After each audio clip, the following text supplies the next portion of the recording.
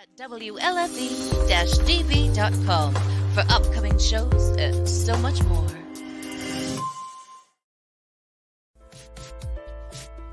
Hey everyone, it's Tuesday night again. You know what that means, don't you? It's time to join Mike and Christy for another episode of Where's My Sage? A show hosted by a psychic medium and a guy on a quest to find Bigfoot. Who would have thought? Together, they will take you on all sorts of adventures, and not with lots of different people. Christy even gives readings. It's time to sit back, get up and get ready. You can't sample the universe sitting down. Your hosts are waiting. Come on, let's go!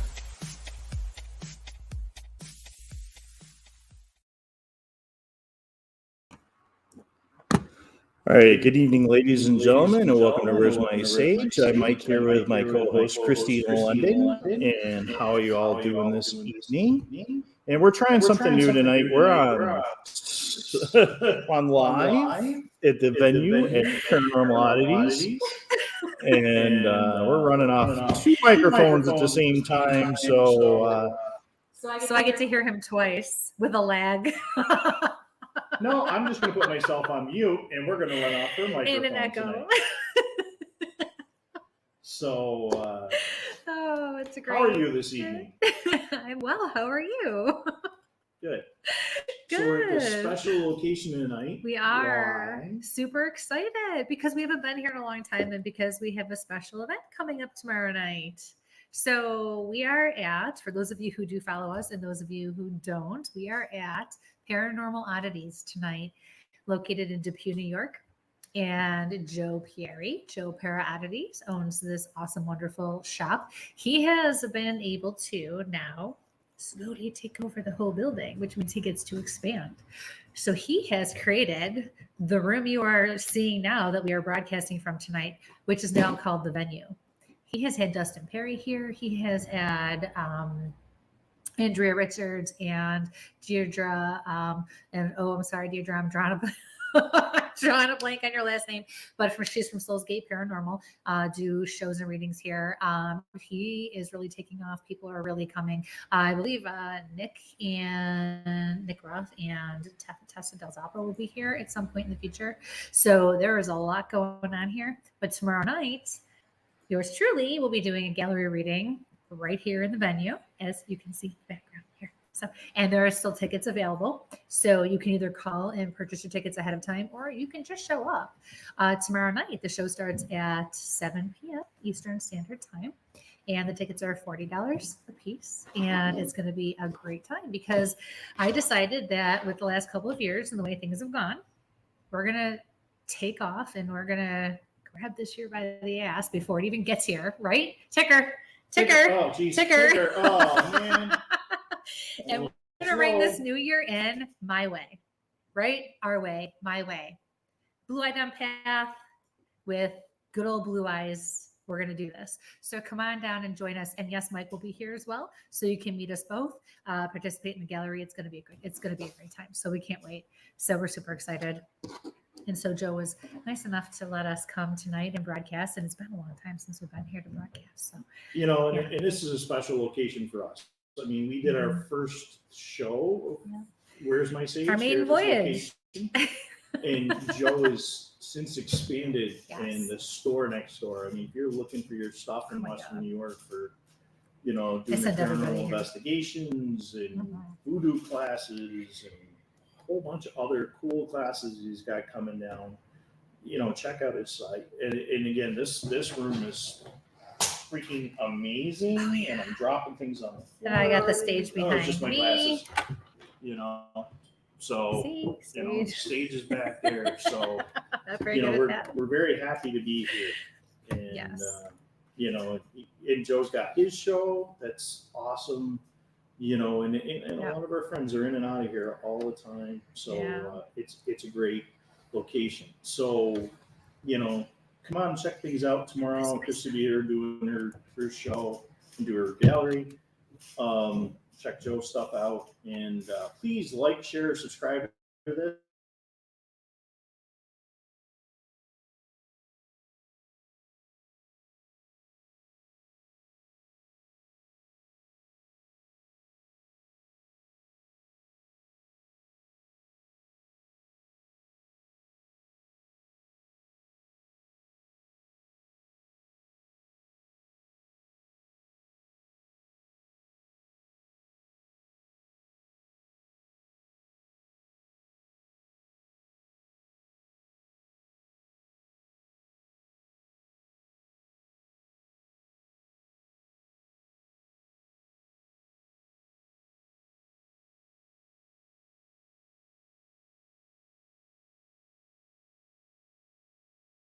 lot of amazing stuff tonight. This is going to be so much fun. On mute. Who's on mute? Are you on mute too? I was on mute too. Yeah, but we you were talking. So yeah. So at least we have somebody watching telling us we're on mute. Yay! Okay. So, yeah. So again, it's gonna be. We're gonna get the bugs out tonight. We're usually not in the same location. All right. So again, we're trying to cut it all down so it's not so echoey and so ridiculously repetitive for you. Our guest was so kind. He went in the private chat. Was like, "Oh, you guys you're on mute. Oh, you're sorry." Because I can hear on both sides. So again, we're Paranormal Oddities, and we're in the venue. Christy's doing a live gallery tomorrow. Lots of bugs. Yep, they are creeping and they are crawling tonight. So she's doing her live gallery from here tomorrow. This is the first location that we ever did an episode of Where's My Sage. So we're really honored to be back here. Joe let us back in. Check out his show. That's another great one. So Para Blues is the Para name. Blues. And we have a great, and I'm going to try it again. We have a great guest this evening. And I hope everybody had, before I forget. So again, we're coming to you from 8 different locations tonight.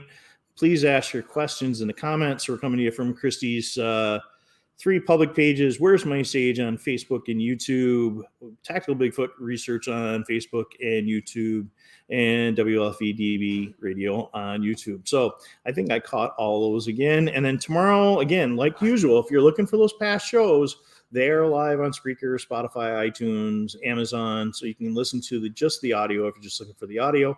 So please like and share, get those numbers up. Please follow our YouTube page, because that's where we're going to do a lot more stuff with Facebook not putting notifications out like they really should.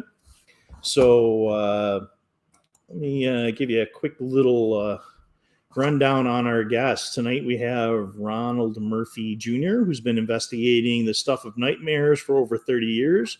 He's been investigating things that go bump in the night and meticulous research the history, psychology, context of myths, legends from around the world. Mr. Murphy seeks to uncover archetypal, I can't even talk tonight, precedent for monsters that haunt our collective thought.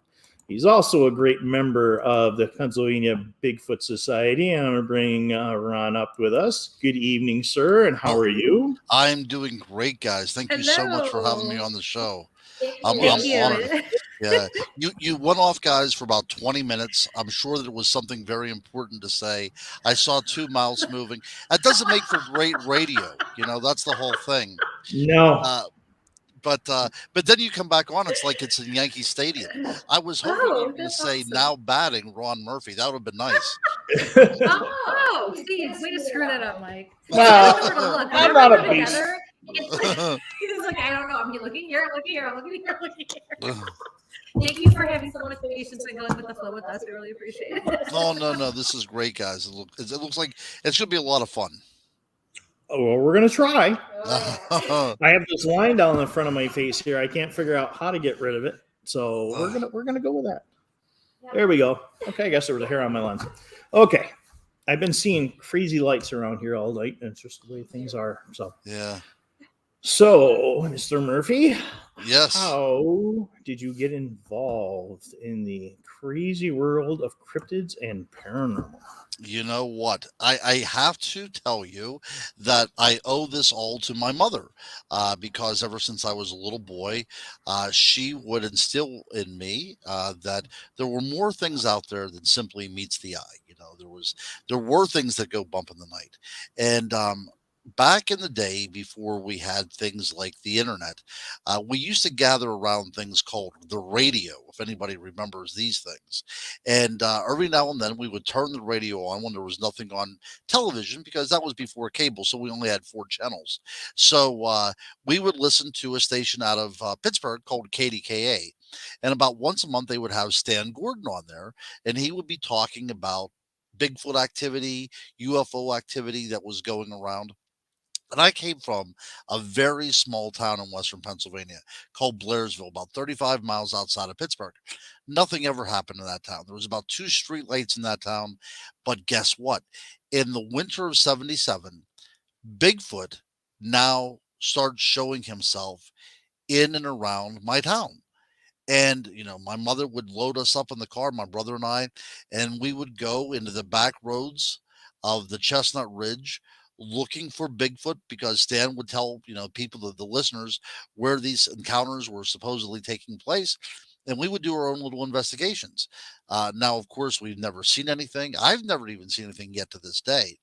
But it was that kind of wanderlust that was instilled into me at a very early age that really kept me going. And I enjoyed going to the library as well too. That's the other thing that a lot of people don't do.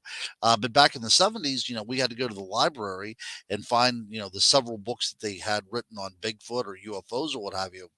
But I went to parochial school. I went to St. Simon and Jude in Blairsville. And I am convinced that one of the nuns there had to be a closeted cryptozoologist because I had never seen a small library like this so stocked with books on the paranormal, not only on Bigfoot and the Yeti, but Von Doniken was in there. A lot of kind of conjecture type of books and speculative books were in there. So it was a great time to be a kid. This was my childhood, investigating the things of legends, reading about things out of actual books, gathering my friends together and starting Bigfoot clubs in the summertime, and we would go out in the woods and looking for this creature of myth and legend. And then I got a little bit older, and you may find this hard to believe there, Chrissy, and I know Mike that you know this all too well. You get to a certain age, and women no longer find people that are interested in Bigfoot appealing. So whenever I was going into high school, this was not a good thing to be, so I had to keep that kind of quiet. He was still in the background, but I wasn't like kind of, promoting it anymore. And then I went to college and I was taking an anthropology class, Anthropology 101. And there was a section in the anthropology book about the possibility of a creature like the Gigantopithecus living up into the era that human beings could have interacted with it. And that may have given rise to this legends of these wild men. Um, and it was as if Bigfoot came into the classroom and sat down beside me and said, "Now, what do you do with me?" Um, because this was the first time in an academic format that I was introduced to the idea that Bigfoot might be more than the stuff of In Search Of, or That's Incredible. It might have a meaning to us. And ever since that time, I've been, poring over the literature of the Western tradition as well as the Eastern tradition. And I'm starting to connect the dots. And I find things like Bigfoot or things that are able to transform, like werewolves and vampires and all these great type of characters are archetypes within the human consciousness. They all mean things to the same, that they're all the same symbol to people around the world. They may go by different names and have, different attributes from time to time. But for the most part, the way we see these kind of creatures is the way all of humanity sees them. And that is very interesting to me, the way the human mind works. And they seem to be embroidered into the very DNA of who we are. And that is my field of study at this point. Awesome. Now the Ridge, that's an interesting area. And do you spend a lot of time there now getting into, you got everything from UFOs to ghosts to everything else there in the Ridge, which Right. tends to run some interesting stuff. Well, whenever I grew up, I could actually see the Chestnut Ridge out of my window at home. I lived in Blairsville. I lived, basically right around the foot of the Chestnut Ridge. And interestingly enough, where I just bought my house a few years ago, I live on the corner of Chestnut and Ridge, and you can see the Chestnut Ridge out my bedroom window right now. So yeah, I spend a lot of time in and around this place. I have 5 children. We do a lot of hiking. So there's a lot of things that go on as part of family activities that I will vicariously look for Bigfoot clues along the way and such. But I've had some interesting things happen to me on just typical walks whenever I was with my kids. This probably happened about 8 years ago, and we were walking up on Lynn Run, which is a beautiful area of the Laurel Highlands, the Chestnut Ridge area, and we were driving up there in the summertime, and there was one of these late afternoon showers, and by the time we got to the parking area, there was a deep, heavy fog, just from the humidity and everything. But we decided to take a walk nonetheless.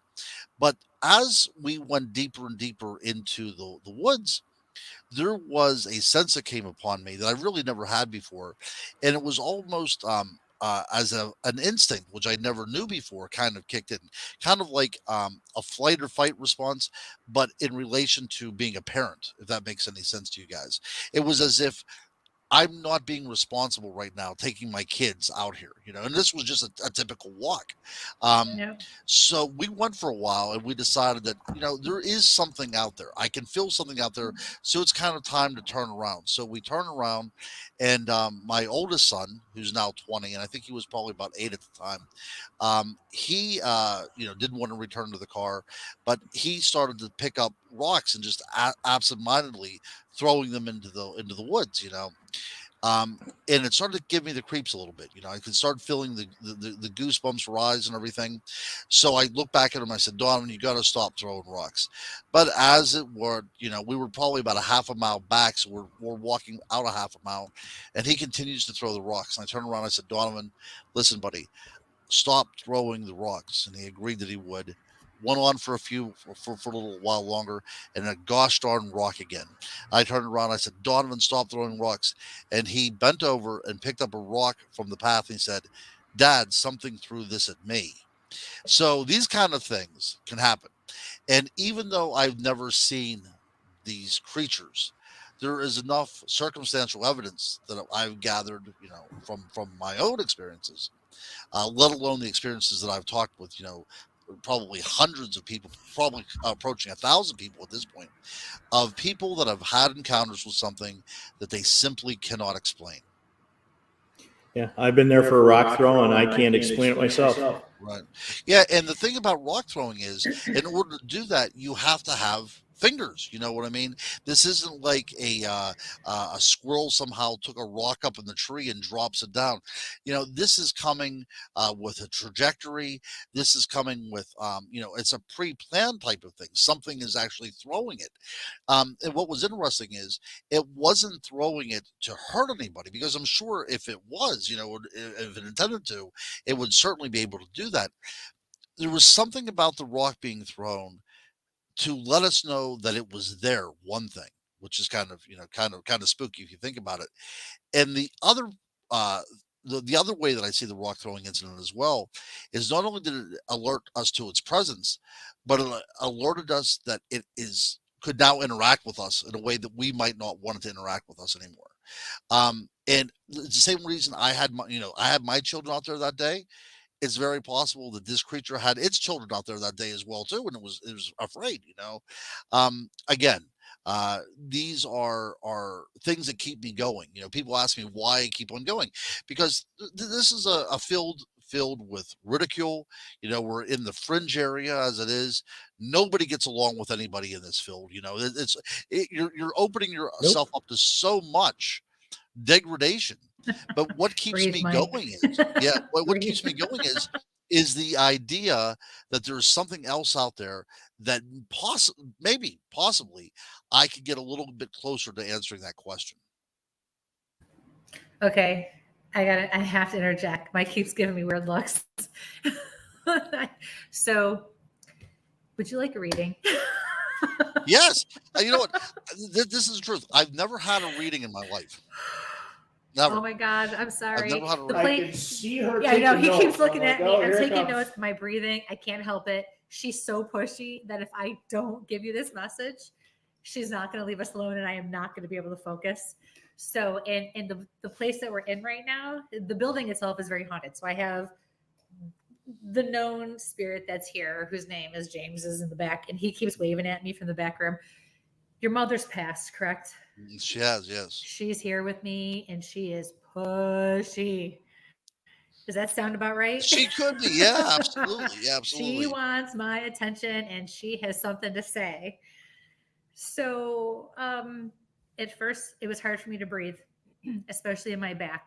So when I have that issue with the breathing, and it's in the lower back like that, the lower lungs, that usually that what they're trying to tell me is spirit's way of telling me that they had something serious like COPD, pneumonia, emphysema, lung cancer, something along those lines. What was that?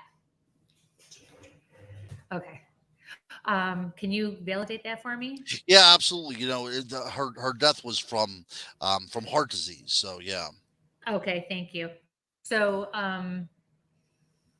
because the other thing she kept telling me too was it was hard for me to breathe, but then it wasn't hard for me to breathe. It was hard for me to breathe, and then it wasn't hard for me to breathe. Does that make sense? It's almost like it was weird. It was like an anomaly the way it was happening. Fluctuating, right? Absolutely, it was. Her Okay. death was very sudden. It was so sudden, as a matter of fact. Hold on. Don't tell me Okay. anything else. Sorry. You Okay. can tell Sure. me in a second. So the other way she's coming to me is she's giving me feelings. She's not talking to me. She's not showing herself to me. So the way is he okay? He's okay. Okay. The way she is presenting also tells me that she was not able to communicate either effectively or at all at the time she passed. That's correct. Thank you. So the first thing she wants me to tell you is, or the big thing she wants me to tell you is, she says, yes, I am around. You're just not listening. Does that make sense to you? It does. It does. Yeah, I'm known to make some pretty bad life choices. So Oh my God. She's like, he has been talking to me and looking for me everywhere, and he's not paying attention when I answer him. yes. So this is the only way she can let you know right now that yes, she hears you. Stop bugging her. If you're not going to listen and pay attention, then you need Yes. to leave her alone. Yes. No. How do you connect with Q, the letter Q? What does that mean to you? The letter Q. Yeah. Past, Boy. present, yourself, any combination. It may have nothing to do with your mom. Yeah. I can't think of anything right now. The letter Saw Q. the letter Q. Question? Very. All right, listen, Yeah. smartass. The other thing is when I was writing the last two notes, Mhm. my hand started to cramp up like I had no control over, no muscle control. Did that was that something she also suffered from, or am I picking up on somebody Oh else? no, that's 100% the case. She had several surgeries on her hands. Awesome. Thank you. Yeah. So that was your So, mother. She's yeah. saying thank you. She's done. We can continue the show now. Sorry, guys. You never know what's going to happen around here. Yes. So, okay. No, I appreciate that, and So that moving on, actually Michael, what's your rings next true one? very much so. Yeah. Well, No. the thing is, though, Good. you know, Thank you. somebody that has had that kind of impact on your life, and she passed away quite suddenly. Whenever I was still I was still in college. She passed away quite suddenly to the point that Yeah. I had an autopsy done, but we found out that she did have some heart problems and things. Right.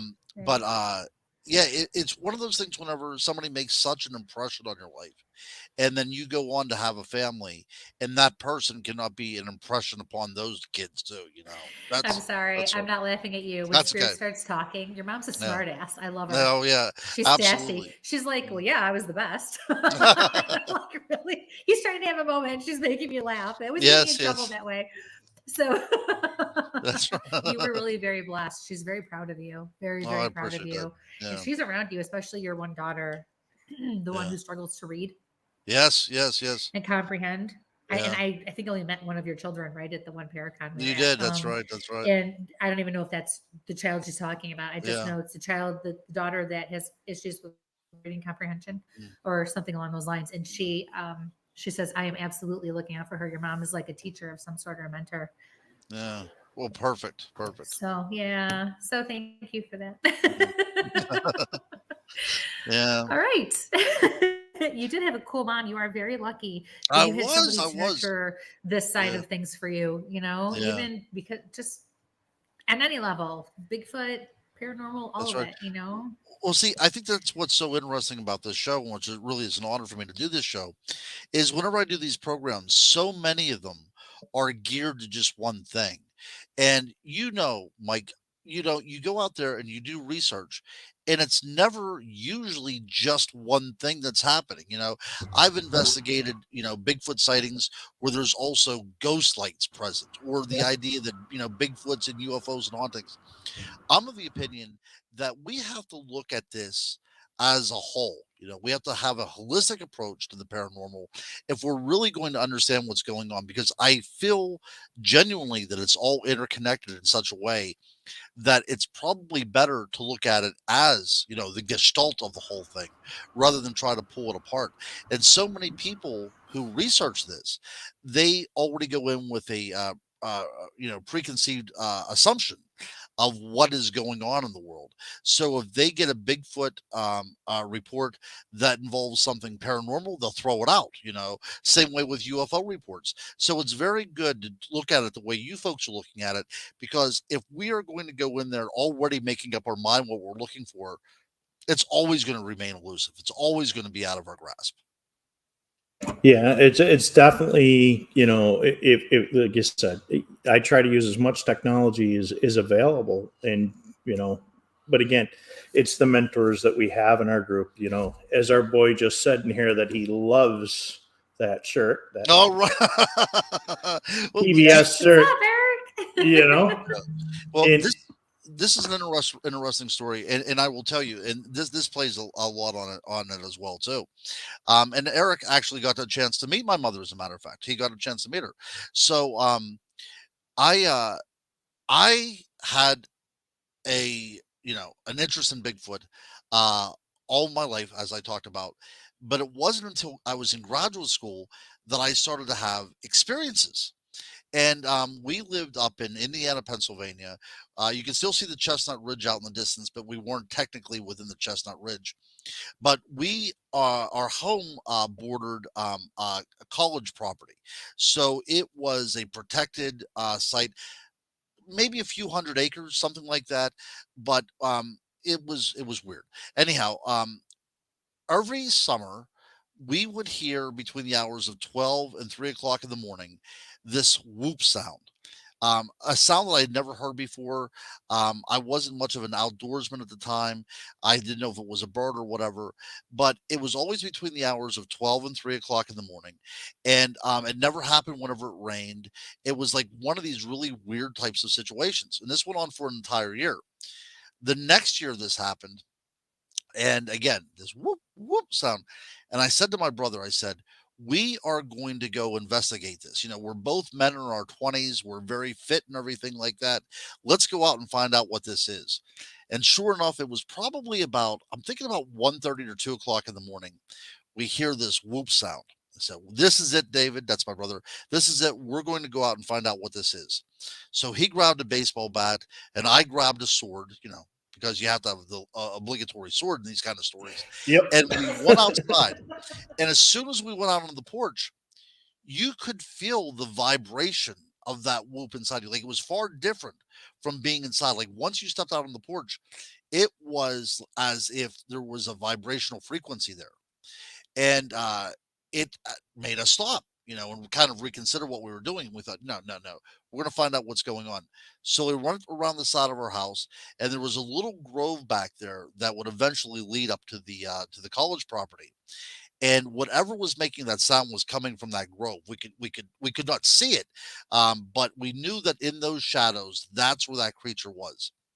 So we start approaching into this thicket a little bit more and more, and the thing is still making the whooping sound, but at the same time, it's starting to snarl, it's starting to growl, and you could hear it bringing in the oxygen to make that snarl. It was very, you know, it was really in the chest. You could hear it was guttural as well too, but you could hear it taking in the air.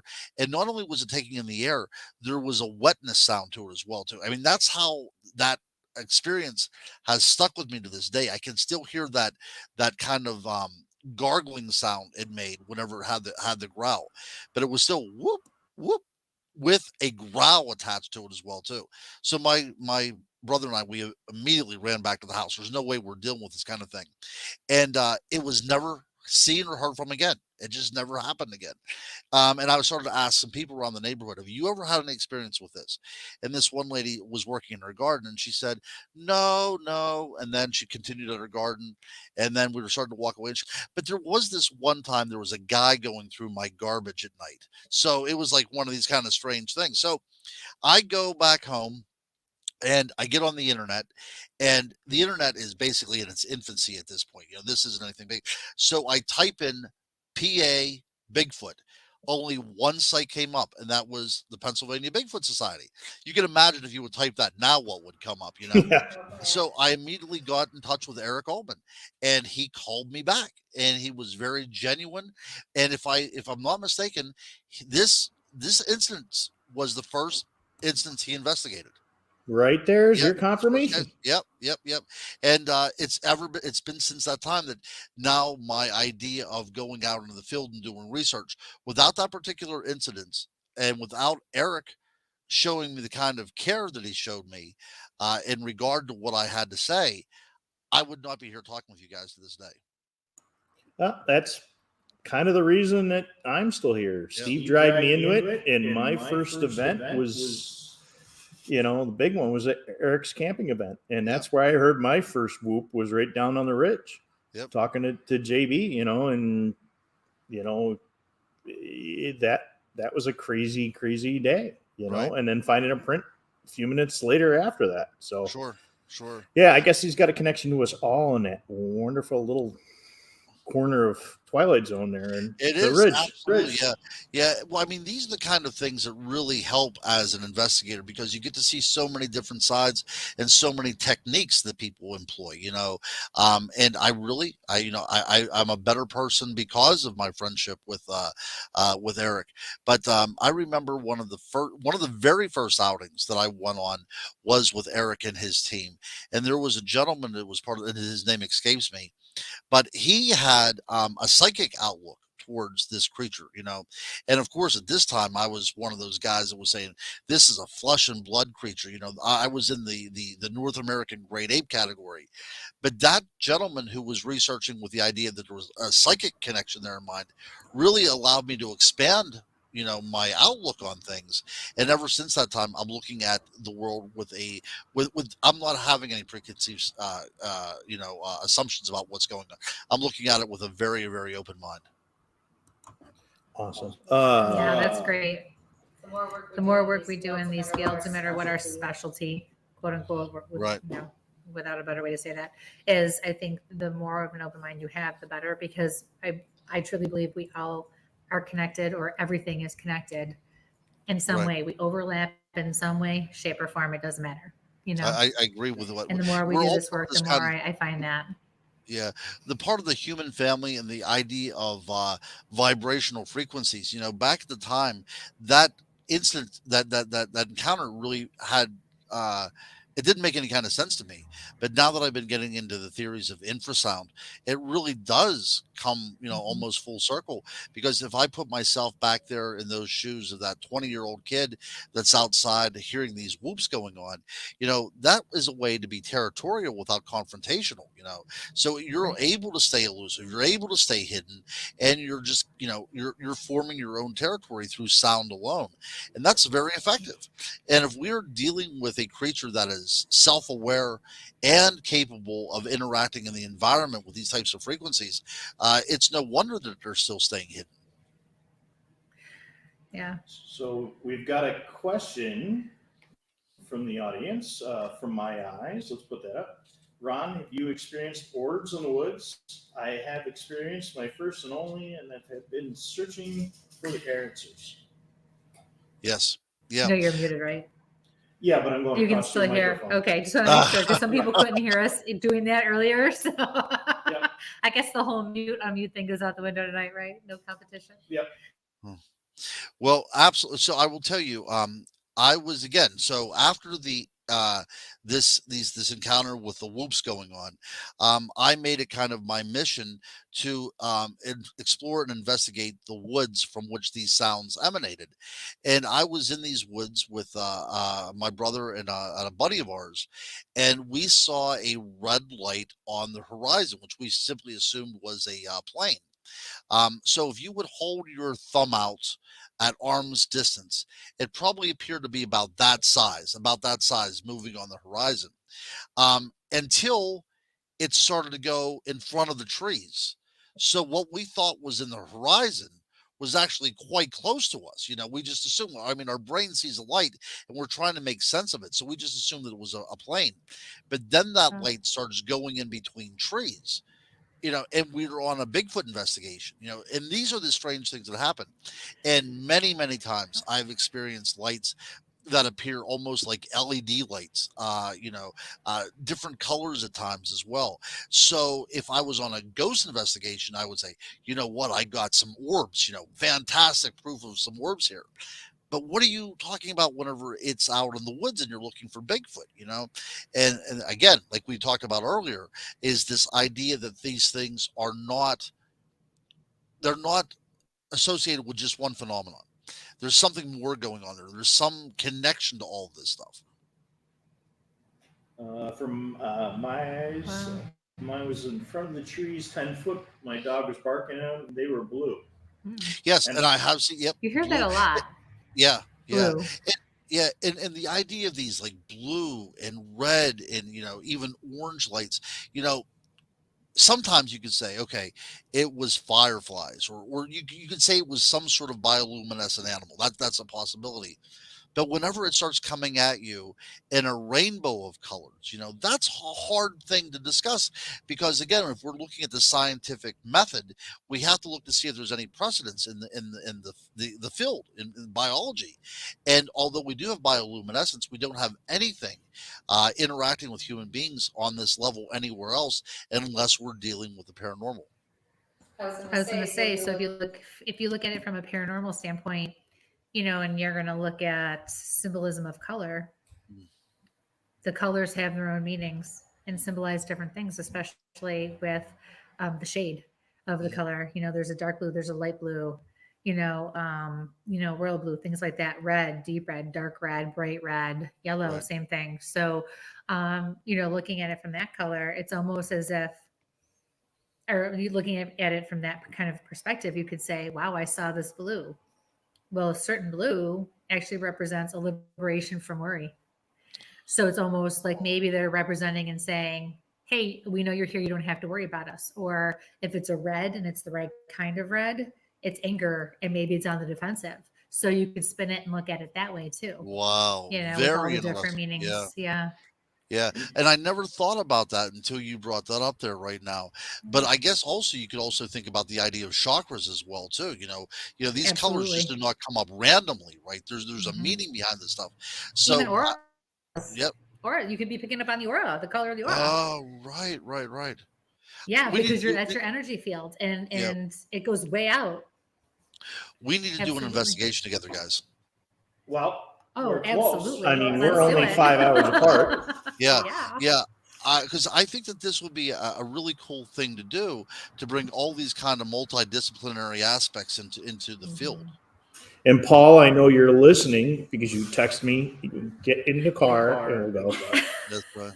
That's the scientist. So, and that's the first set of orbs I saw in the woods was down on the ridge, and that was with Eric and with Steve. Unfortunately, the camera that I was using that night was super crappy, and but you can hear us going, "What the hell is that?" And I thought it was a helicopter, and then it was down low, and then it was over, and then the next night, just before we heard the scream there at the event, some little kid said, "Hey, that's there," and that's an interesting point, because somebody brought up, fairy lights and stuff like that. You've done the research into the fairies as well. I mean, did you see any of this stuff or find any of that stuff when you're doing your research for your fairy books? Oh, yeah. The fairy book was accumulation of really all of my research. And it's a hard thing to talk to whenever I do interviews, because a lot of people aren't open-minded about it. So if you say, you know what, I espouse the belief in fairies, they're immediately going to look at you weird because they're automatically thinking of Tinkerbell. And that has been in our imagination since the Victorian period. The Victorians ruined fairies for us. J.R.R. Tolkien wanted to have his elves in the Lord of the Rings and the Hobbit to be fairies, but he was afraid of the way the Victorians had ruined them so badly. So he had to call them elves because he doesn't want to have that connotation. Um, I have researched so many different things, from Bigfoot and Dogman and ghosts and all these other things, to the point that I'm getting to think that, are we really looking for all these different entities, creatures, phenomenon, or is there one source behind it all? And if there is this one source behind it all, why could it not be an elemental force, something that's always been here in the environment, something that's always been with us? And we talk about vibrations and frequencies. That is a hallmark of the elemental world, this idea of vibrations and being in tune with the natural environment. And I think, I have a feeling that we as humanity have been in touch with that residual sound since, the Big Bang or what have you, since it was first set into motion. We've always been in touch with this frequency, but we have chosen to step away from it. We've chosen to step out of it. And now whenever we step into areas like, forests and things, and we start lining up with that vibration frequency again, we start seeing things that we cannot comprehend. But I think that it's, innate within us that we have an understanding of these things. But now, to our modern mind, we call them all kinds of fantastic things like ghosts and boogeyman and everything like that. But I think that we as humanity have always been in tune with that vibrational frequency, and civilization is what really has brought us out of that creative link, and we kind of went off on our own, and that's kind of sad in a way. Well, I agree. Okay. Go ahead. It's they were just we got both going there. So all right, I'm muting you. All right. All right.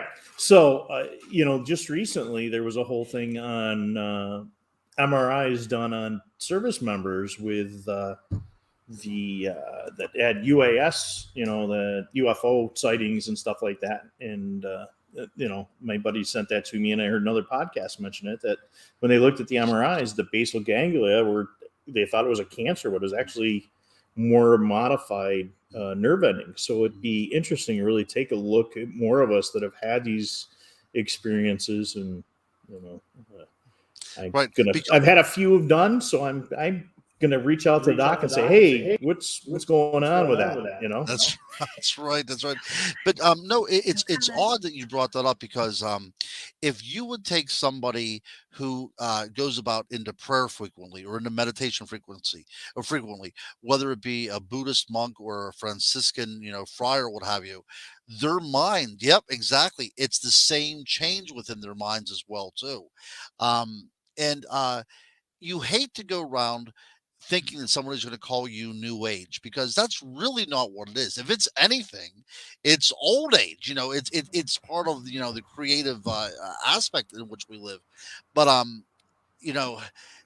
it's just really interesting to me to see, as from a historical perspective, as we go back in time, how closely we were assimilated to the natural world.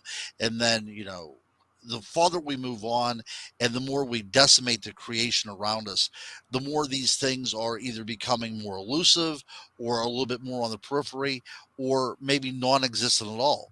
So it's very possible that we have not only killed these things within our collective unconscious, because we have indoctrinated ourselves not to believe in such things, but through our own mismanagement of the world around us, we may have quite killed them off literally as well too. Well, when we look at even the tonal stuff, when you look at throat singers, you look at didgeridoo, or you look at elk horns, and what that tonal frequency is. A buddy of mine, it's a doctor, does a lot of stuff with hemisync, dual tonal, and it's, where does, and like you said, you're doing research on infrasound. Where do those go? Where do those monks are always meditating at an ohm? Why is that at a certain frequency?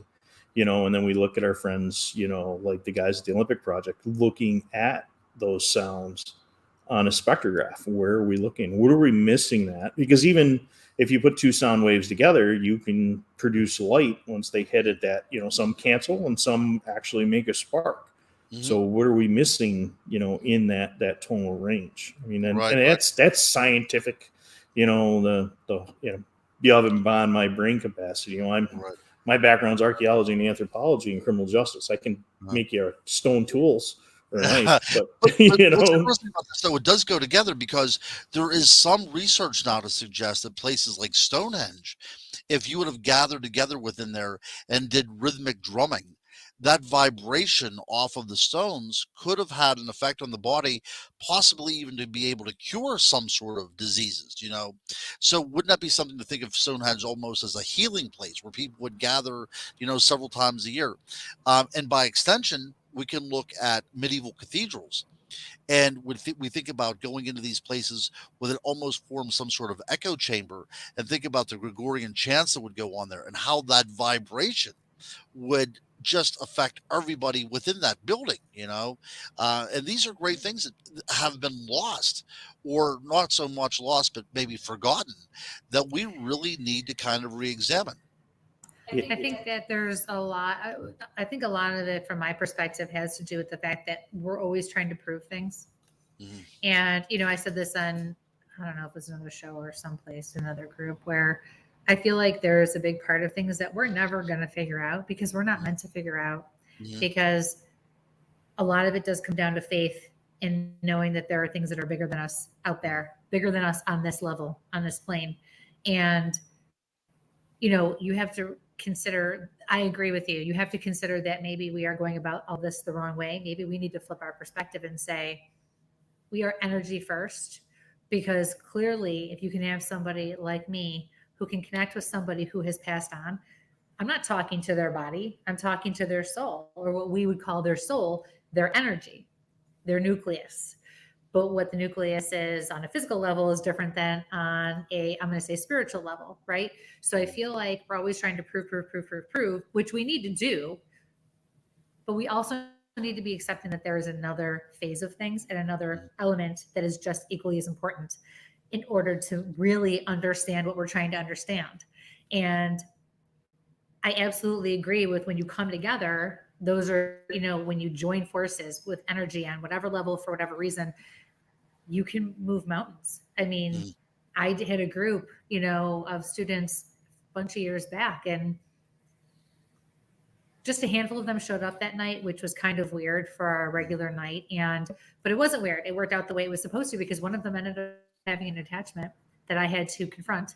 And those who showed up had the right strengths that we all needed as individuals to join forces with our gifts to knock this thing out, because we've been trying to figure it out for 2 years. And so it's just joining those forces enabled us to group our energy, which enabled us to overpower this thing and really just knock it out. And so I think you're right. We really need to remember there are other ways of looking at this and other ways of going about it, because Absolutely. We really are energy at the end of the day. That's what we are. That's right. And think about this for a second, as Mike had said earlier. Think about combining energies, especially if it's for the benefit of other people. That is really kind of what prayer is all about. It's putting this hope out there, this idea out there that we want to care for our fellow man. And you could understand, if enough people would get together, what that vibration might be able to do to this world. And we forgot that, I'm a practicing Catholic, but one of the things that I had written about in one of my book, I said, one of the worst things that ever happened to man is when we made God into our own image. I think that's the worst thing, because at that point he becomes white, or he becomes black. He takes on characteristics of a human being. And that is pigeonholing the divine that's meant for everything. And at that point, you can take ownership of it. Rather than saying the divine is a part of everybody out there, we Right. now say we control this. This is my divinity. But Yeah. if we would look at the world, at large and say, we're all in this together. We borrow this world from our children. We want to leave them with something, and we want to have goodwill. You put enough of that stuff out there in the world, I promise you, it will change the world. I promise you. See, and I Well, can also say too, sorry, I have a rebuttal to that. No, actually, I have not a rebuttal because I agree with you, but I also feel that it's on some level, it is important as human beings. We need to be able to grasp and understand things on this level.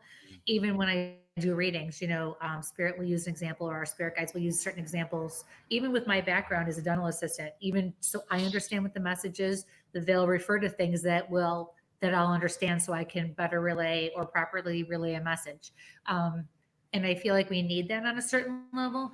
But as mediums, we are taught and we are responsible for keeping our ego in check. So that's where I feel like we should be able to, because we're human and that's how we function, right? We need to be able to make sense of things on a certain level, but we also have to remember we can't own it. It has That's to right. just be something that we work with. So I absolutely agree with you. And I think that's the balance that we always are missing, because the scales are always tipped in one way or another. Right. And it's Yep. so hard as human beings, but I feel like it's part of our free will, which is so important for our ascension and our, raising our vibration and achieving our goals in this life, Sure, that we're, sure. the things we're supposed to do. So I love that. I love that perspective that you shared. Yeah. Brian or Shannon, if you guys are watching tonight, if you guys can send me the biofield imager footage from Stonehenge, I'd appreciate it. Oh, I have nice. friends who've got pictures of the rocks, but if you use a biofield imager, for some reason you can see through that blue stone. And I don't have because we're remote, I don't have that thumb drive with me with those photos. Right. But if you ever get to play with a biofield imager, and we have 2 loose members of the team that have these things that actually show your aura, and you can Yes, see. yes. So Yeah. it's a nice little piece of equipment, but they're not cheap, so I don't have one. Can we talk a little more about the fairies before we take a break? Because I feel like that's fascinating, and I feel like we haven't really touched on that in this on our show yet. No. Listen, no, we can't, or no, we haven't touched on it yet. No, we have not touched on it. I was about to get my whip out, and Then the show would get really interesting. right? Yeah. We'll get banned. That's right. That's right.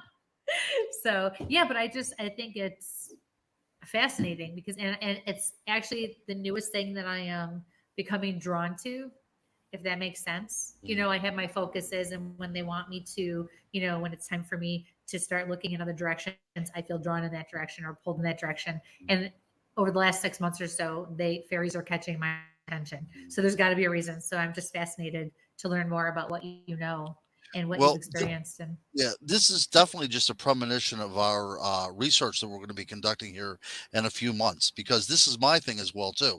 Get us out into a location and let's look at it from a fairy perspective a little bit as well too. But when we talked about Stonehenge, and I'm a huge fan of anthropology and archaeology, but you start seeing these kind of images from Newgrange, which predates the pyramids, in Salisbury Plain as well too, with Stonehenge, and even with the medicine wheel in the Midwest of the United States. These circular patterns that we keep on seeing reverberating again and again, whether it means completion or whether it's something else, but it's interesting to think that the idea of crop circles even can be linked back to fairy circles. Whenever people would experience these things in antiquity, they would see these circles of mushrooms usually, or sometimes it was just grass that was laid down in circular fashion. And this was a sign that there was fairy energy about. Now, my idea is that one of the reasons why we have so many circular structures around the world, like Avebury, even in places in northern Scotland, and places in France, are those areas possibly a commemoration of some sort of interactivity that the human beings have had with fairies. And the reason why we make them circular is because that is how it was brought up to us. So then we could talk about the ideas of portals as well too, where, you know, things opening up. Are these ways into another world?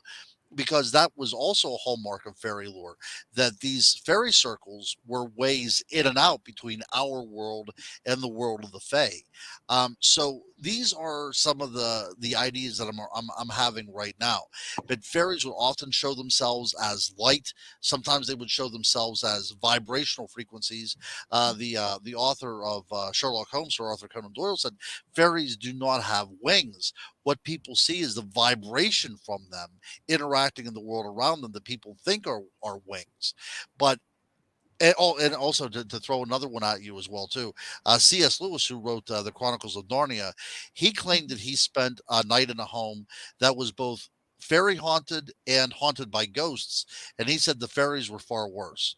But yeah, and but even looking at things like the wild man, you know, we have the gray man in Scotland, we have the Yorkshire giant. We talked before the show began, Mike, about even the Stonish giant, you know, and so these giants are showing up around the world as well too. The idea of shape shifting is part of the fairy vernacular as well too. Oh. So is it possible people are seeing these giant creatures out in the wild that we call Bigfoot, and people are hearing these sounds, but nobody is getting any kind of conclusive evidence photographically from these things because they are not physically there? That somehow these sounds and these vibrations will manifest something within our mind to make us believe that something's there, but it's really not. If that is the case, then these elemental creatures that we would now call fairies could be responsible for almost anything that we talk about. And one more thing about the idea of UFO abductions. Robert Kirk, in his writings on the Commonwealth of the Fairies, he was from Stirlingshire in Scotland. He claimed that he went out one night, and on the side of the hill there was a light emanating from inside the hill. It looked like a door was open. Now, in the 21st century, we would say that sounds like a typical UFO encounter. But he goes into the light, and inside this mound, he sees a very tall, very beautiful looking human being, which, you know, people would call the Nordics or whatever. And there were other creatures in there as well too that would have some sort of relation to the Greys as well. But in that encounter, he said this was entering into the fairy world.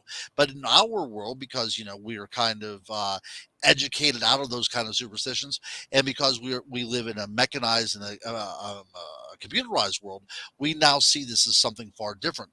So that is what I'm going with, folks. This is like as my research is going on now. These are the kind of things that I'm looking at.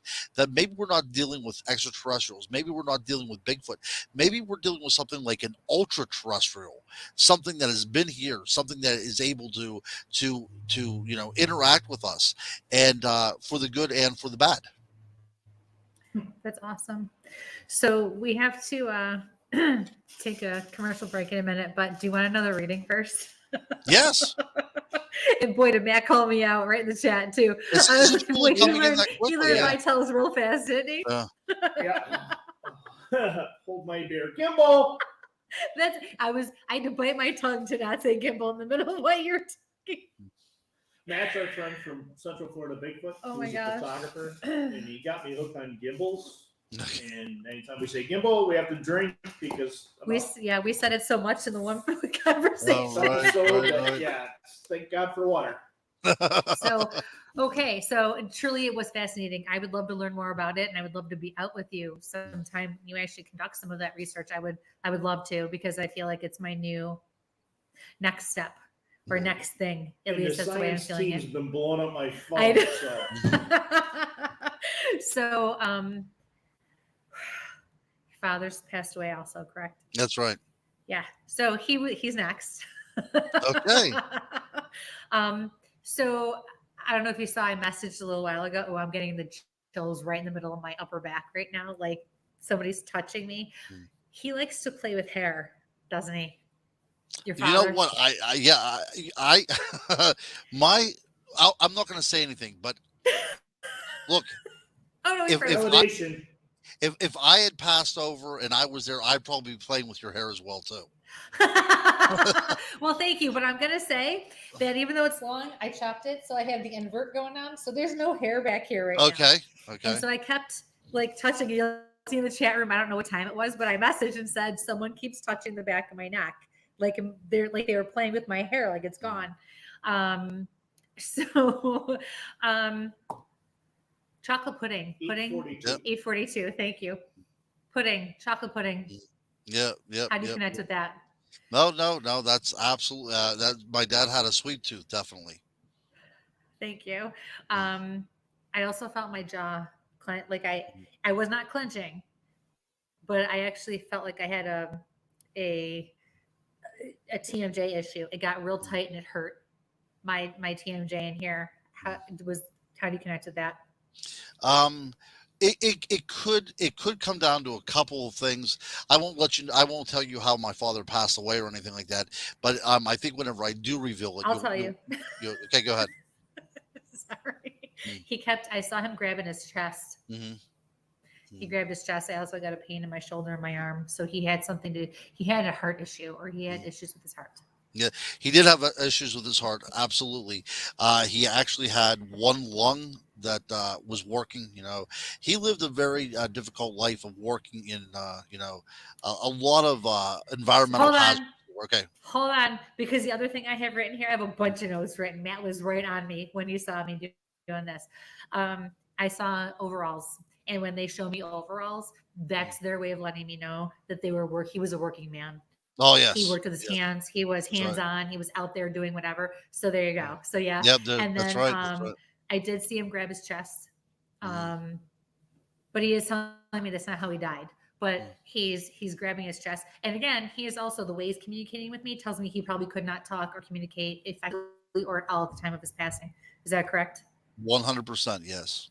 Thank you. And I'm going to say too, because I felt the lower back earlier when I was connecting with your mom, that was your dad's way of letting me know that he was here, because when someone has a heart issue and it's cardiopulmonary, it's up here for me, which I was getting with the breathing on and off, but he made his presence known by giving me the pain in my back or in my lower lungs. So he's been here the whole time. He just decided to step forward now when he did.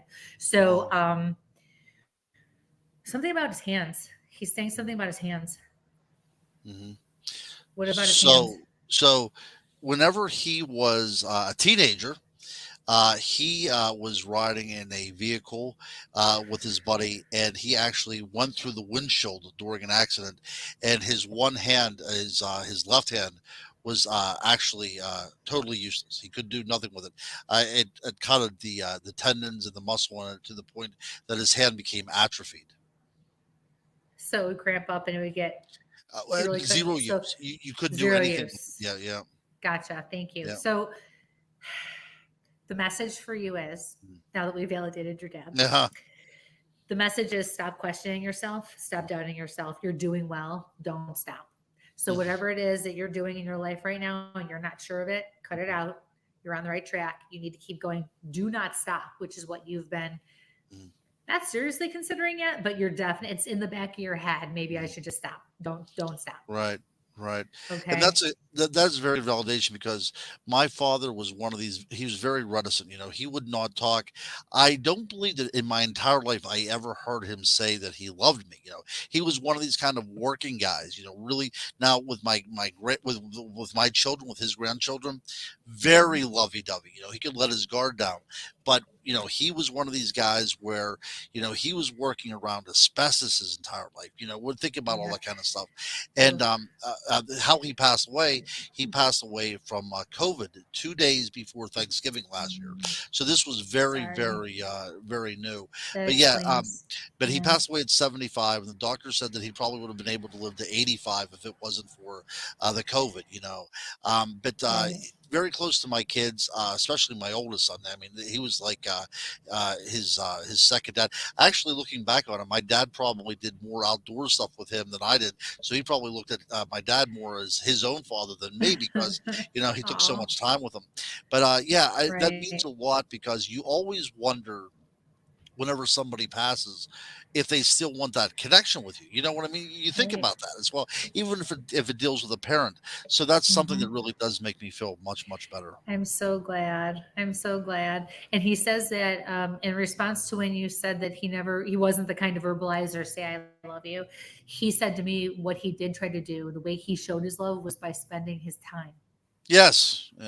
He That's would, right. like, I see him stopping what he's doing, like you as a child going up to him, asking him something or showing him something, and he would stop what he was doing Right. and give you that moment or give you that time. Right. So whenever I wrote the one book that I wrote called the Haunted History of Westmoreland County, he and I went out one summer and just started to investigate all these places. Now he wasn't into the paranormal field at all whatsoever, and he really enjoyed that. So that book I dedicated to him. And when we would That's do things awesome. like down in Kecksburg at the Kecksburg event, he would come up on Fridays, and I'm going to miss him because the Kecksburg event has been canceled for the past 2 years, but it will be on this year. But he would always come up on Fridays because that was the short day, and he would come and sit at the table with me. And he always enjoyed that because he would run into people that he knew, and then it wasn't so much that his son was weird in that perspective, is because people were there for the reason of what I had to talk about. So it was good. It was good. Right. Yeah. So yeah, I do agree with Aw. what you're saying. Yeah. I'm so glad. All right. Thank you for that. All right, Michael, do you think we should take a break and give these people a potty break and a drink break? Yes. So we're going to click on the right thing. So we're going to take the quick commercial. And where's my commercial? There's my commercial. So we'll be right back. So run to the bathroom, grab something to drink, and we'll be right back. WLFE-DB.com, where you can find vodcast shows, podcasts, and more, like Where's My Sage, Inside the Drag Closet, Across the Pond, Paratalk Radio, Just Cindy, and more. So go check out WLFE-DB.com, where talk radio is a whole lot better. Our shows are your shows, and that there makes for a great talk radio.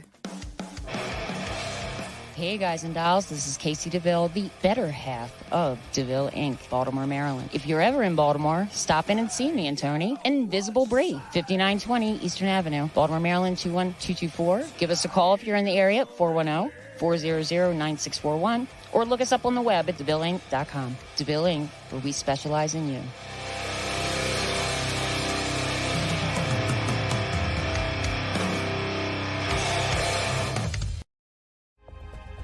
Ted Van Son Jr. is a seasoned investigator and well-versed in the ways of paranormal investigation. He is now ready to share his ideas and unique approach with all of you. Flashlight, recorder, and comfortable shoes. Hit the ground running as you follow this easy step-by-step guide to a fun and thorough paranormal investigation, perfect for first-time and lightly seasoned investigators. Think outside the paranormal box. Learn all about the technology and techniques used back in the early days of paranormal investigation. You can find these valuable resources online at Goodreads, Barnes & Noble, Walmart, and Amazon. Get yours today.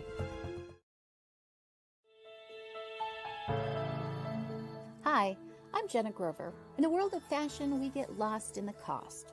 Everyone wants that special piece of quality jewelry, but they can't afford it. Not on my watch.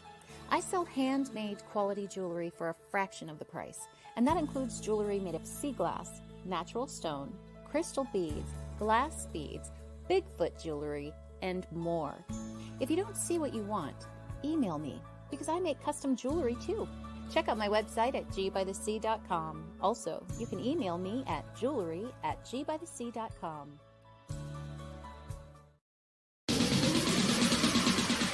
You're listening to WLFE DB Radio. Now, back to our program.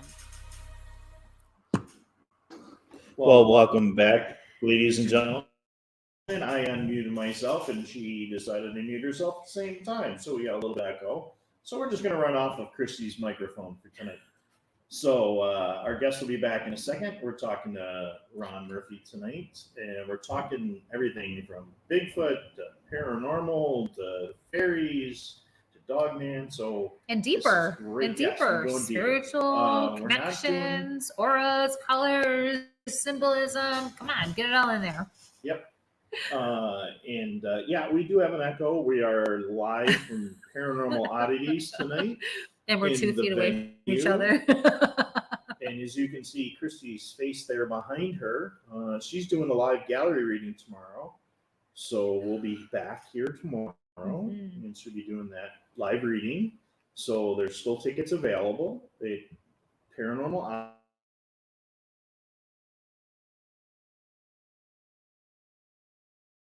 All right. Why did you just mute yourself? I tried to unmute you and it didn't work. Yeah. Okay. So we're live again at Paranormal Oddities. You can get tickets through them for Christie's gallery reading or come here to the door. So we're waiting for Ron to come back. Again, this is the first location we ever did a live at. We were 2 different rooms that night, so we didn't quite get so many crazy things. Yes, we are at Joe's, Michelle. Yeah, we did lose audio because we keep fighting with whose microphone we're using because we're sitting across the table from each other. Because I wanted just to use one tonight. Trying to maneuver as flawlessly as we can. Yes. So usually we don't have this problem, but tonight we're going to try. Let's see, we're going to throw that towards her so you guys can hear her a little bit better. Do you have the slide? Put it up so everyone can see it for the show tomorrow night. No, I have to go find the slide, so give me 1 second and I will go do that. I put it in the drive for you if you didn't get it ready. Our guest is coming back while you're doing that. I will go ahead and back. pull that slide up, or we'll just run my camera over there and take a picture and put it right in. So let me bring Ron back into things. We aren't doing readings tonight, but we are talking some crazy stuff. But Christy keeps getting readings for Ron, and welcome back, Ron. Hello. I had to stop and get myself a grape crush. Oh, my favorite. I'm telling soda. you, if I would ever get to the point where they would ask me to do endorsements, it would be for Grape Crush. Yeah, Grape Crush or Tactical Squatch Black Rifle Coffee. That's absolutely. I love the Black Rifle Coffee. So that's, we're not sponsored by them, but man, do I love supporting those guys. Bring it on. Absolutely. So when I'm in the field, I don't go anywhere without my Grape Crush. That's great plug. Yeah. Grape Ape. We'll make sure we have the Grape Crush. Oh, even better. You are just you should go on Shark Tank because you're just a mountain of ideas here. Oh, I have lots of great ideas. I just never follow them for myself. Or I'd be a billionaire. I've given people more ideas over the years than I don't even know what to do with. So yes. So, Dogman. Yes. I'm not a big believer, but you've done some research. I have. And you're down in Pennsylvania where we got the lichen loop. We do have the lichen loop here. That's right. So let's have your thoughts and theory, because Pennsylvania's Bigfoot, but now we have Dogman in there. How do they cross? How do they come in? How does it go back to the folklore in Pennsylvania? All right. So this is going to take some time, but I'm going to connect some dots and it's going to be awesome. So the first time I went out on an expedition was with Eric Altman. I told you about the people that we had with the that was having a psychic connection with Bigfoot as well too. We went on an investigation with Sam Sherry. Have you guys ever heard of Sam Sherry before? The name sounds familiar, but I don't think we've crossed paths. Yeah, he was an older gentleman. I believe it was in about 1984 that he claims that he had an encounter along the Loyalhanna River in the Chestnut Ridge with a creature that would go on to be called Bigfoot, but it didn't seem to be like a Bigfoot if you look at his description. He was fishing at night. He heard a sound across the river. Whenever he turned to go back to his car, he turned around and this creature was standing right beside him. So it wasn't working within the realm of physics. Let's put it that way. And its skin wasn't hair covered. It had this very leathery skin, and it had what he called a mohawk. So it looked like something very, otherworldly, but not necessarily a Bigfoot. But people caught on and people would call it Bigfoot because there was really nothing else to call it at that time. But he felt that it had a sense of wanting to communicate with him, and but he got out of there. He reported it. He was really upset that he was being ridiculed so much. So he spent the rest of his life trying to find proof that these things were out there.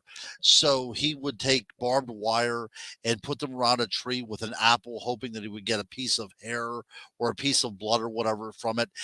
But it was on this encounter, I'm sorry, it was on this investigation with Eric Altman that we went out with Sam Sherry, and he was showing some of the places where he had Bigfoot encounters.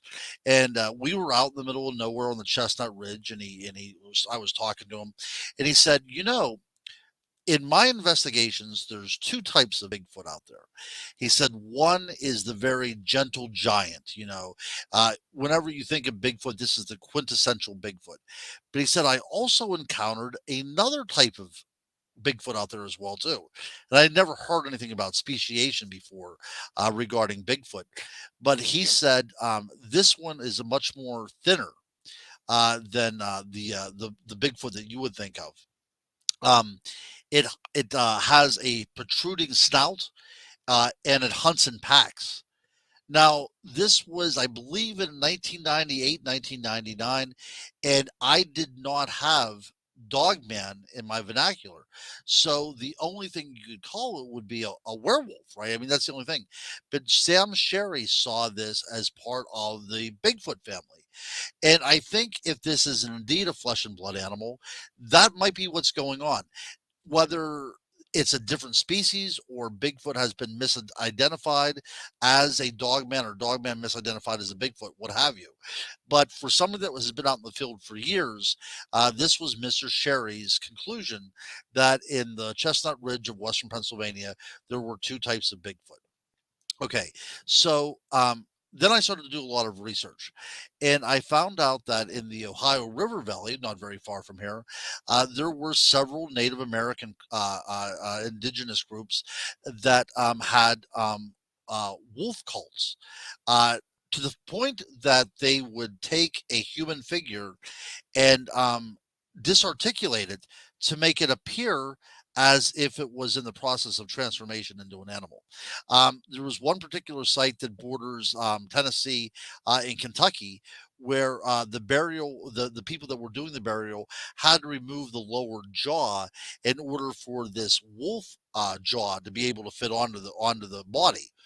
So if you would disinter the body, it would appear as if this was a person with animalistic qualities as well too. Okay, and they would go as far as wrapping the body in furs, so it was very hard to differentiate between man and beast. Okay, that kind of a thing. But then you keep on, like I said, you keep on connecting the dots, and then you find out in this particular area would soon become known as land between the lakes, that has a lot of dogman sightings down there as well too. So whenever you start looking at this stuff and you start, like I said, connecting the dots, even up in around the Great Lakes region, there are a lot of Indian effigy mounds up there. And these dogmen, or these spirit animals, have long been thought to be tutelary spirits that would protect sacred Native American Indian sites. Not only do they protect sacred Native American Indian site burial sites, but if you would go back into the distant past and think of Anubis in the Egyptian religion, he also was tied to funerary sites. So there's something going on here. There's something going on here about the idea of a dogman. It's something that's able to transform, that pertains to burials, that crosses time and space. So what we would use in this particular field, at least from a sociological point of view, is we would call these creatures, we would define them as psychopompous, something that is able to take the soul of the living and carry it over or be the guardian into the afterlife. You could view them as this if you don't want to take on a flesh and blood perspective, but whatever is going on here, like I said, very dissimilar cultures around the world, separated by a vast time and space, have been seeing these man wolf creatures, to be part of the at least the funerary rituals of different cultures. Would you think they're almost like the talpas, where we're self-manifesting them? That's a great point of view. you could think from just a purely human level that what would happen whenever you would bury your loved ones is that invariably these dogs, these wolves would come and dig them up so they could eat them, eat them as carrion. So it might be better for the human being to think that it's conveying the soul of your loved one rather than eating its remains. That's a very logical way of looking at it. I think that is probably what's going on in more cases than not. So whenever we think that there is a wolf guarding this particular area, the reason why wolves would accumulate in that area is because food would be very easy to get. You just wait till the body's interred at night and you dig it up. And that's probably definitely what was happening over in Egypt as well, too. And they just simply became deified. They were so feared that they became deified, if that makes any sense. And that happens a lot. People are afraid of things, so they personify them into something. So if you personify something, you can at least appease it and deal with it at that point. Now, that is not to say that the idea of a dogman or a werewolf does not exist, because if you look throughout history, you most certainly know that they exist. The Beast of Bedburg, or the Werewolf of Bedburg in Germany, this was in the 1500s. It was a man who claimed that he received a charmed belt given to him by Satan himself. Whoops, hold on one second, guys. My camera just went out. I just saw that. Okay, hold on one second here. This would suck if it doesn't go back on, because I like to talk with my hands. I don't know why. Yeah. Me too. Yeah, I think there's something to be said about that. Yeah, I'm not sure why that happened. That is a weird little. Nothing's weird around Let here. me pull you out, and I'll pull you back in and see if that works. That works. No, it did not work. Okay. Wow. He may have to leave the That's studio. your mic setting. Come back. Yeah, pull yourself out, bring yourself back in again, and. All right. Let me see. Let me go do this, guys. I'm gonna go. I'll be right back here. I'll be right back. Okay. And in the meantime, I'm going to pull up.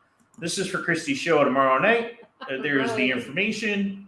So tomorrow night here at the venue at Paranormal Oddities, there's down at the bottom is the address here on Transit Road in Depew. The number is there.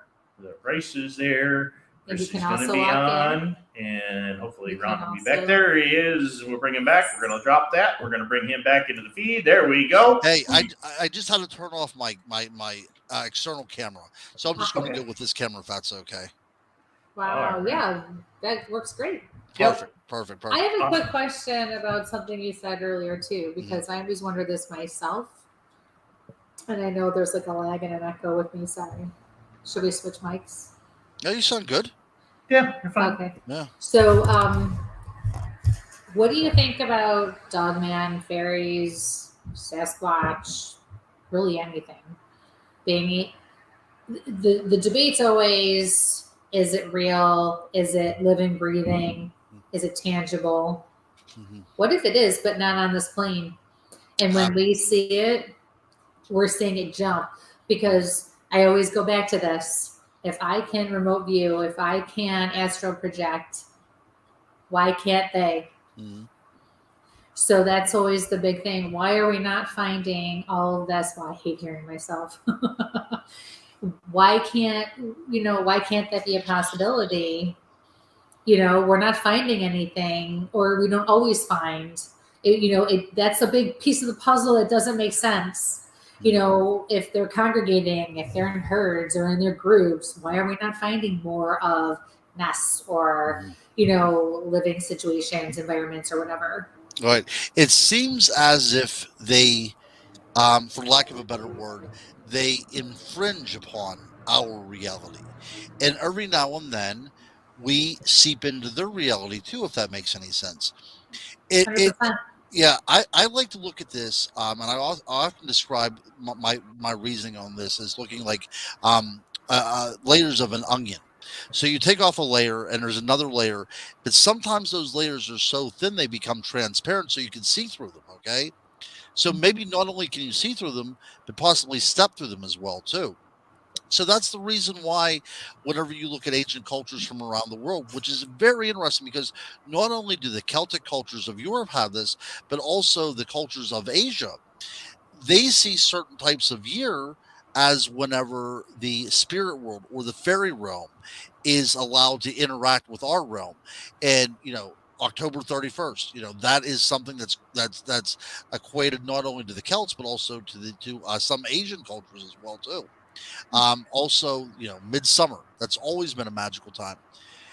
It's very probable, let's put it this way, that people that are agriculturally associated with the land and they need to depend upon the world around them to live, not like us going to the grocery store, but they need to know whenever the herds are going to be moving, whenever the animals are going to be having babies, whenever it's okay to plant.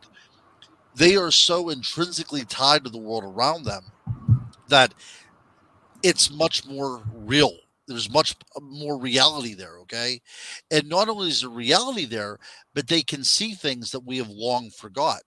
And is it possible that whenever they say that these certain types of the year, whether they're solstices or cross quarters, that these are the time whenever things can come through?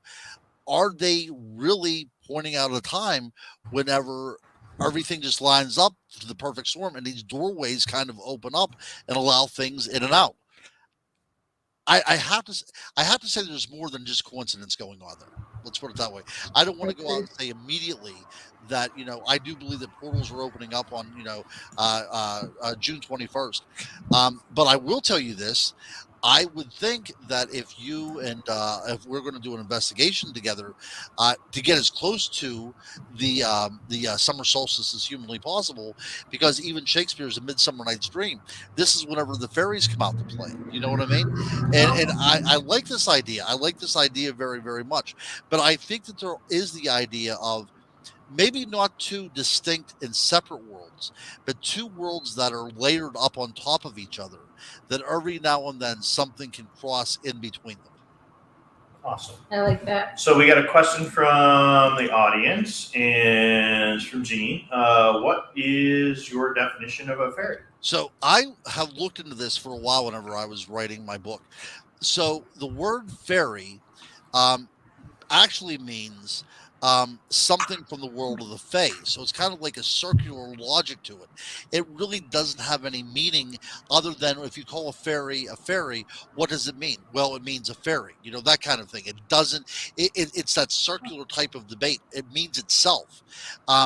So you have to look into some really ancient writings. So when we talk about the Celts, they came up with a word called the Tua de Danann, the people of the dawn, or the people of the other world. There's different ways to decipher it, but their idea was there was a race of people here before mankind, and these are kind of like the heroes of legend, if you will. If you look at the Lord of the Rings, it's kind of like that before the race of man type of thing, because Tolkien draws a lot upon these kind of elements as well too. But the Celts believed that there was a race of people here before we came along, and then humanity finally did come onto the scene, and we drove them into myth and legend. We finally, whether we killed them off or drove them away, but there's always been a thought that there was another race here, very similar to who we are, but so different that we had to destroy them. And look, as it's showing out right now, if you would go back 200,000 years, anatomically modern humans shared this world with at least 4 or 5 different, sapient groups. So it's very possible that this is a cultural remembrance of what we had to go through in ancient history. So when you did your research, your books, and you guys are out checking, the ridge and the loop and that kind of thing, are you finding those Pleiadian structures in the area, or those burial mounds, the serpent mounds out west, or stuff in that area? I probably should do more research on Kecksburg. I mean, I know that that's where the Eghorn is and such, but are you finding stuff like that? Are you finding more Pleiadian cultures where you're finding some of these historical locations? Right, so that's a great question. So what happens is, as the woodland Indians kind of develop into demarcated societies or demarcated groupings, like you would have the Adena people, you would have the Hopewellian people, and eventually you would have this all culminated in the Great Society of the Mississippian people, right? So you have this kind of evolution of the woodland culture out of a very archaic hunter-gatherer society to a more sentient type of society, or more sedentary type of society, I should say, that would culminate with like Cahokia, if you would think in Carbondale, Illinois, which was a great city from the Mississippian period that was actually larger than contemporary London was at the time. This was a great trading route. Here in Cahokia, you could find shells from the Gulf Coast. You could have alligator teeth. So you had an extensive amount of travel and trade going on there. Okay, so these are all these cultures here, and they have some fantastic effigy mounds and fantastic mounds that have been preserved. Unfortunately, in Pennsylvania, we have half of a mound that has been preserved, and that is in McKeesport, Pennsylvania. Um, I have interviewed people, and they had talked to me about whenever their grandparents would buy land, they would come across these burial mounds.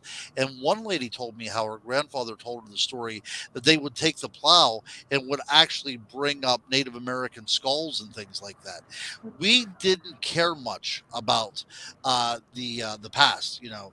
We destroyed almost everything. Some places, especially if you move out farther west, you had a little bit of an educated foresight whenever you came into the land.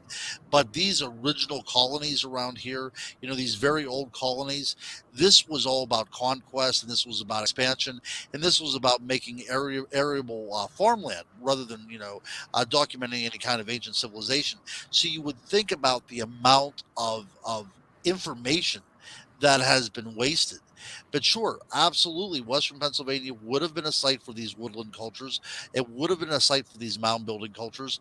But because we only have half of a mound that survives, because everything else just they didn't care about it anymore. I'm sure there's plenty out there that have not been found. You know, if you look at archaeology, especially whenever you go to the Levant section, you would the Levant section of the world, you would see things they would call tells. You know, they look like these hills that have been grown over. And I think that if you would go into the landscape of Western Pennsylvania, you can see these mounds throughout that are covered with trees that probably do have some sort of archaeological significance to them, if people would take the time. But for whatever reason, there are not people doing a lot of research on this stuff. Okay. I just didn't know if maybe you'd come across, you know, sightings or history in those areas. Yeah. And, you know, you and I maybe can get together and, you know, we can pull. The nice thing is there's a lot of LiDAR stuff that's yes, absolutely. Look at some of those Yeah. locations and look at you know, historical maps and stuff. Absolutely. But whenever I was in graduate school, I had got permission to look at the Serpent Mound in Chillicothe, Ohio, after dark. I got to go up there as the sun was setting. And whenever people talk about the alignments of certain types of stars, or whenever people talk about just the feeling that one gets up there, if you would see these things within kind of like their natural element, without any ambient light around or without any kind of, you know, human encroachment, it's mind-boggling, and it's staggering, and it's awe-inspiring as well too. It transforms the landscape, but also it's very natural looking as well too, if that makes any sense.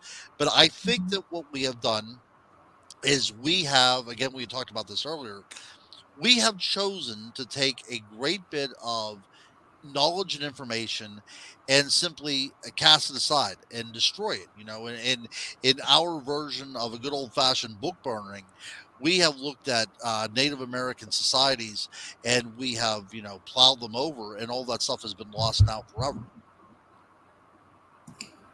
So, quick, kind of take care of a quick thing there. They're bad tonight. Yeah.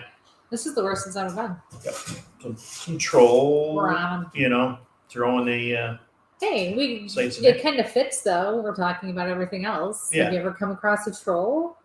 No, I had. I mean, honestly, right? Yeah. Well, I've had.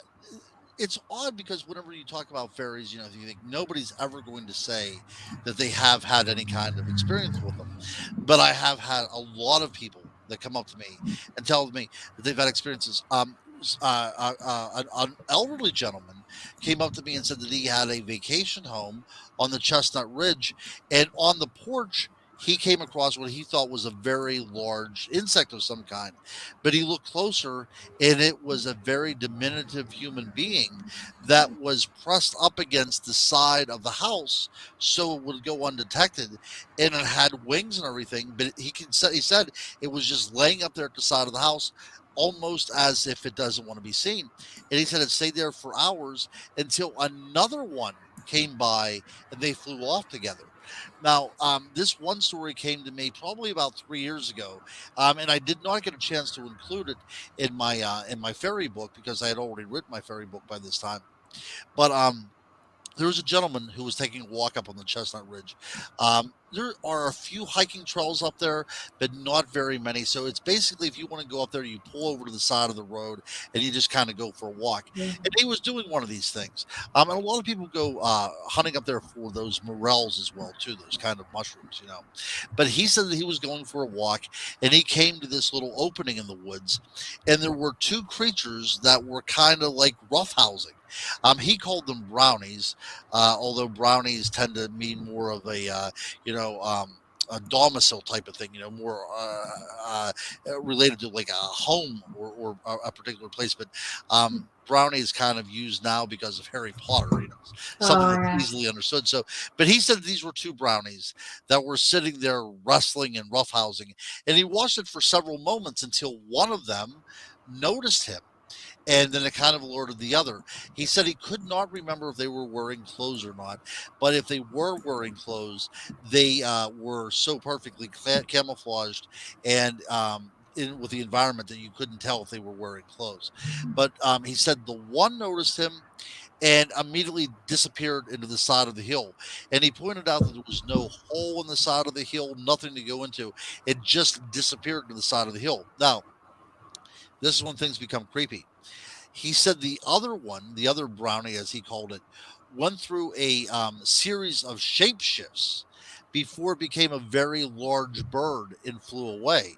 So when we think of the Thunderbird legends, I wonder if this has anything to do with that. And as I researched it even more, I found out that in the Wexford area of Ireland, there is a fairy over there that will often take the shape of a very large bird as well. So it does have an antecedent within the imagination of other cultures as well. But so whenever he told me about these things going through shapeshifts, now he didn't tell me what the other changes were, but that's whenever I got to thinking about, well, is it able to shapeshift into a human-looking wolf, or is it able to shapeshift into an 8-foot tall hair-covered creature? This stuff starts making sense at this point. Again, are we looking for one individual type of creature, or are there multiples out there, or are we simply imagining what these things are because they're able to affect our frequency, our mind in such a way that we're seeing these things? So Gina's got a question. I've not seen one, but someone described something that they saw, like you described, big, humish, and winged. Yep. Now, we're friends with a few folks that do a lot of stuff with, Mothman and winged humanoids. Are they coming across that same type of path? And now I want to Grid Crush really bad. Oh, it's a good question. No, whenever I did the Mothman Festival several years ago, I did a talk on winged humanoids throughout creation or throughout history. And if you would go and look at Mesopotamia, many of their gods were representative of having 2 or 4 wings. And they're often seen coming out of some sort of circular type of symbol as well, too. We go back to the idea of these things emerging out of fairy rings or what have you.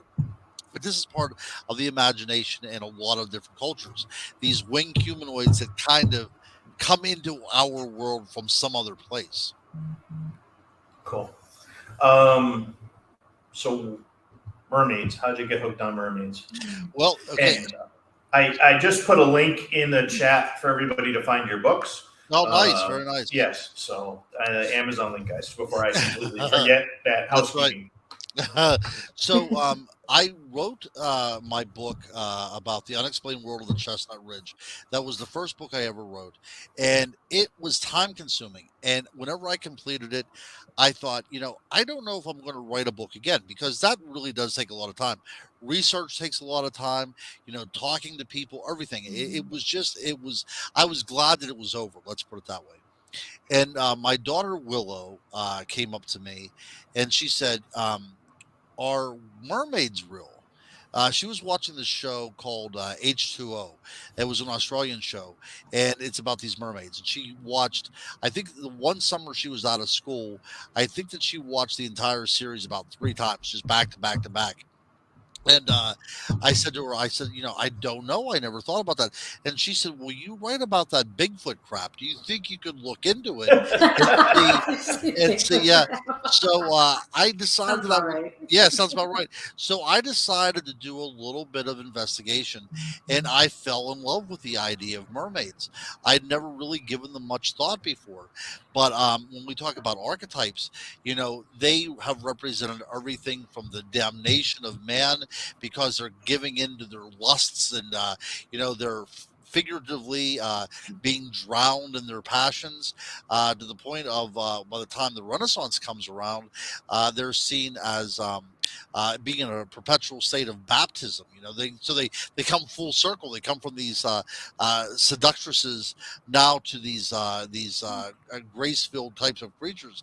But again, whether you go to Africa or you go to Vancouver, even had some mermaid sightings. Wherever you go, these creatures are going to fall under the same rules. They're going to abide by the same rules no matter where you go, and that leads me to consider that there's a suggestion that there is a common element to this, and that common element may mean that we had come in contact with something along these lines. Now, our buddy Paracelsus, the great, he was a little bit of everything.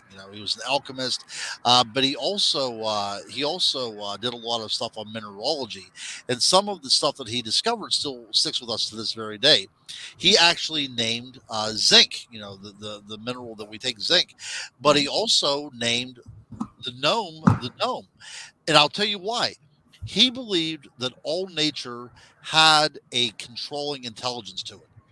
So in the water, you had the controlling intelligence. The elemental of the water was represented as a mermaid.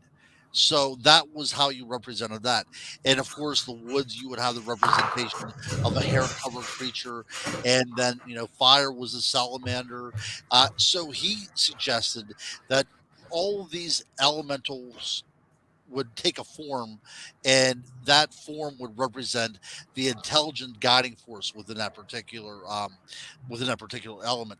And he said that he had no problem believing in mermaids whatsoever. That's interesting. It is. Sorry. It is. Did she just walk off? Did she just get bored No. and leave? I got her checking on something. Like we got really.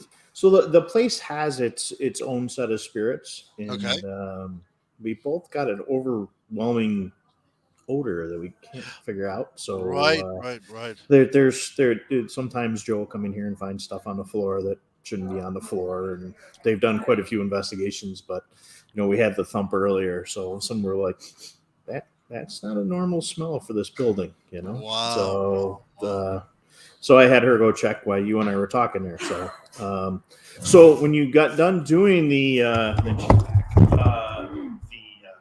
mermaids, that where it kind of threw you into doing the sea serpent stuff, because the water stuff is always, I got a background in diving, and I spent a lot of time on ROV and stuff. Right. That's amazing.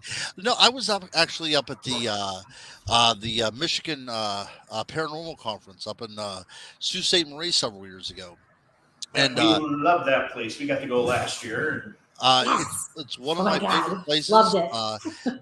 Everybody up there that's involved with that particular event are some of the nicest people in the world. But what happens is the event is held on a Chippewa reservation, right? It's attached to Yep. the tribal people up there. Right. And I was at my table, and I never thought about writing a book on Great Lake monsters until people came up to my table and started to say, "Did you hear about this in Lake Michigan, or did you hear about this in Lake Superior?" I thought, no, I never heard about this stuff in my life. So it was those folks up there that were talking to me just haphazardly, about different interests that spurred me to write the book on the Great Lakes. Interesting. Now, did you get to spend a lot of time after that driving through the Great Lakes? I did. Take a Well, look? I didn't drive through the Great Lakes because I would probably have drowned. But Yeah. I did get, you know what I know, just pulling your chain. But no, I was able to go to every single Great Lake, and it's a fascinating body of water. Almost a little inland ocean, and at one time it really was because they were all connected to the ocean at once, and they were all connected together as well too. But one of the things that gets me is they are so incredibly young. 14,000 years ago. Yeah. You would think about millions of years. But Lake Champlain, all of our Great Lakes, and Loch Ness are all 14,000 years old. So there's that continuity. Yeah, what creature, I guess, or what really grabbed you is your favorite sea monster to really pop out of there? I mean, everybody always thinks of Champ, but being in the Northeast, but Sure. I grew up on Lake Ontario, and we're 5 minutes from Lake Erie right now, and Right. Right. Well, my favorite story in the book was the 1955 shark attack in Lake Michigan of a young boy. And actually, there is a registry of shark attacks, and that is the only shark attack in there that happens in a lake. So there's a young boy that was swimming, and he claims that he was attacked by a shark, and the witnesses as well claim that he was attacked by a shark as well. Now, I did go into some debunking as well and say, a muskellunge can get quite big, or a pike can get quite big. It's very possible that a predatory fish took this happened, but you also have to consider the possibility that a bull shark getting in there, and if a bull shark did get in there, then that does in and of itself become a monster, doesn't it? I mean, it's out of place. It would be an apex predator, and that is kind of like monster making, if you will. And it's very possible the things that we fear so much are really part of this natural world that are just out of place. As a cryptozoologist, there's somebody that self-professes a cryptozoologist. That's one of my favorite things about the field, because something that is completely natural in one ecosystem could be a monster in another one, even though it's completely natural. And those are the kind of things I like to investigate as well too. Yeah, I mean, you've got places in South America with freshwater bull shark fishing industries, and the whole 13 Days of Terror that Jaws was based on. I mean, that was all the way upper creek, and we know we've got Greenland sharks that are halfway up to St. Lawrence and stuff like that. But I guess if you came up maybe the Mississippi River up that way, and like the Asian carp are right now. I mean, it could be a possibility. That's right, yeah. And the snakeheads are out there as well too. Oh, there's yeah. Invasive species have a way of making their way into places, and that is just it was a very curious thing. But there was so much documentation on this event, which I found to be so interesting. So, did they have like medical or investigation or anything like that? In 55, not much of that, but enough evidence to write it in as a shark attack. Oh, yeah, I know. Well, I mean, now you've got Wells catfish that are popping everywhere because people have released those things. And, I know. They get gigantic. That's right. Yeah, I mean, you think about this at some point.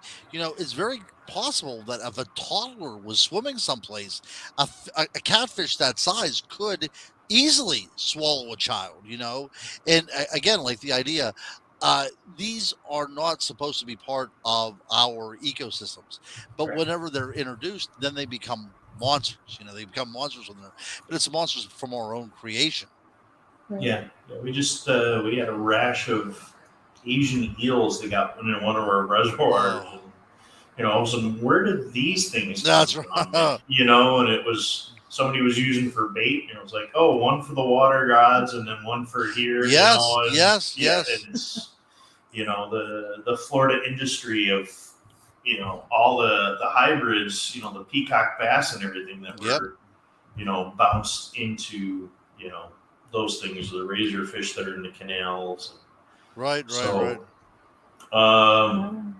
What's your next crazy cryptid to go after? I don't know. I finished my On series. I officially finished my On series.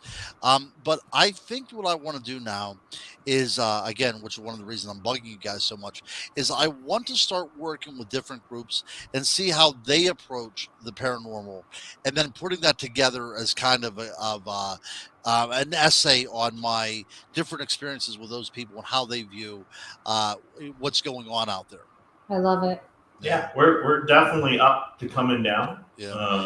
Find a couple of days and swing down and take a look, because I love the ridge. I mean, that whole area for me, the historical stuff is, with Washington through there, Right. and that's, like I said, my first set of screams and stuff. I just like that area. It's just an amazing area. You're outside Pittsburgh, and just the cool stuff. And when we look at Suss doing all that stuff with Small Town right there in Minerva, and how far away is that? And That's right. Opposed to West Virginia and the creepiness that goes on there, and that's the thing about triangle of weirdness, Yeah, well, the Chestnut Ridge extends. It terminates in Morgantown, West Virginia, so we have that connection. It's the whole part of that Appalachian Plateau. Did you hear that? That was a truck. Oh, okay. Yeah. Something's roaring behind you. Yeah. But no, it's part of that Appalachian Plateau. And, and by extension, that is also the same type of geographical formation in which the Mothman emanated from as well, too. So it's all interconnected. Yeah, and like I said, that ties into our history here, and that stuff I was telling you about ahead of time, pre-show, with some of the things that we found in the strangeness with Sullivan, and that. Yeah. Oh, Christy popped her microphone on there for a minute. Go ahead. I did. I was just waiting my turn. I was getting ready. So I feel like after all of these discussions and really hearing what you've had to say tonight, is it fair to say that one of your goals, or your goal here, with all your work and everything you do, is not necessarily to nail one particular thing down, but to really see how and if they all do tie together, and why and how, and really marry them however they are supposed to be married, if they're supposed to be married in a certain way. Does that make sense? I think you've hit the nail on the proverbial head. I think that's the case. Okay. I would like to not so much look at them from a microscope, but through a telescope. I want to see the overall picture. I want to see why we need these things in our life. I want to see why they mean so much to us. And the only way to do that is by looking throughout history, by looking at contemporary resources as well as antiquated resources as well too, and just start seeing how there is this inevitable chain of being that links everything together. Awesome.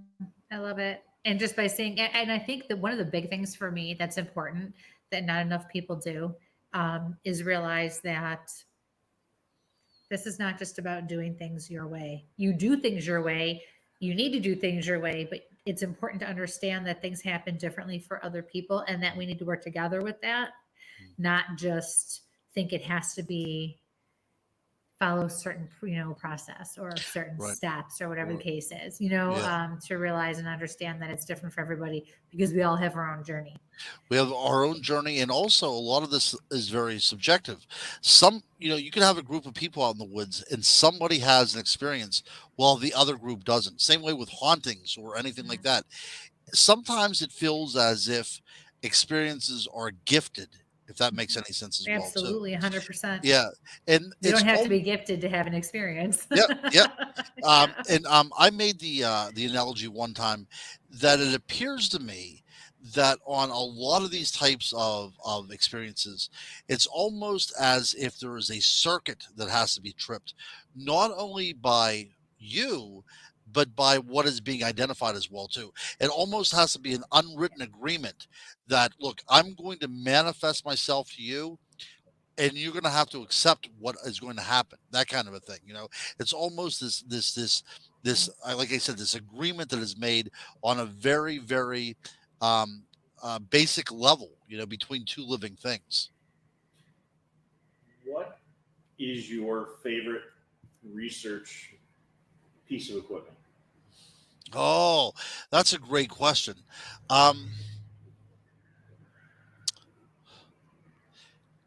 You know what? I'm gonna